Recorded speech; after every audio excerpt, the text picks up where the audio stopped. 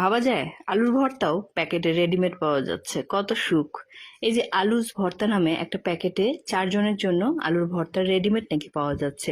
বাচ্চার বাবা নিয়ে এসেছে আমার আরাম আয়েশের জন্য, দেখেন কত ভালোবাসে।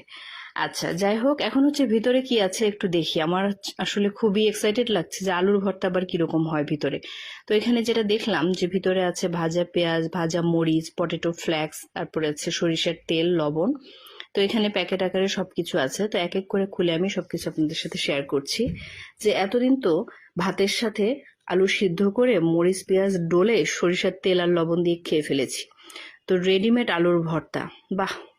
তো এখানে হচ্ছে একটা মেজারমেন্ট পানির প্যাকেট আছে।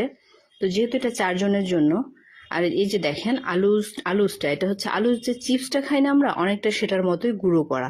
টেস্টটাও আমার সেরকমই লেগেছে। তো আমি এখানে 2 জনের জন্য করছি, এই জন্য 2 জনের জন্য ঢেলে নিলাম। আর আপনারা পরিমাণ মতো একটু পানি দিয়ে জাস্ট আটার মতো মথে নিবেন। এভাবেই হচ্ছে আলুর ভর্তাটা। তো এখন হচ্ছে সবকিছু এক এক করে দিয়ে এই তো ডলে নিলাম সুন্দর করে, স্মুথ করে।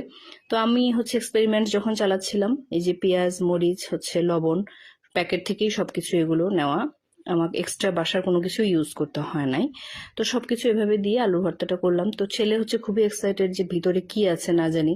তো ছেলেও হচ্ছে আলুর ভর্তাটা করবে, এদিকে মেয়েও হচ্ছে আলুর ভর্তা করবে। তো 2 জনের আলু ভর্তা, মা